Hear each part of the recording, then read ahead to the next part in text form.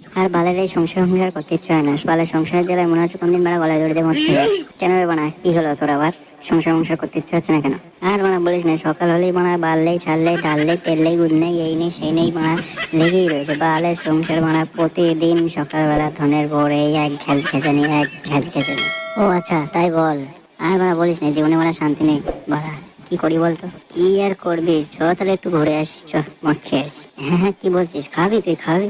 খাওয়াবি বলতে আমার কাছে কিছু আছে, তুই যদি কিছু দিস তাহলে দুটো বিয়ার হবে, খাওয়া যাবে। যা গরম পড়েছে, চ তাহলে দুটো বিয়ার খাই, খেয়ে দুটো গল্প টল্প করি। শান্তি ভাই বাড়ি গেলেই পাবি না, শান্তি বাড়ি গেলেই পাবি না। এখানে বসে থাকবি শান্তি পাবি, বাড়ি গেলেই অশান্তি ভোগ করবি। চ তাহলে, তুই বলছিস যে কালে, চ।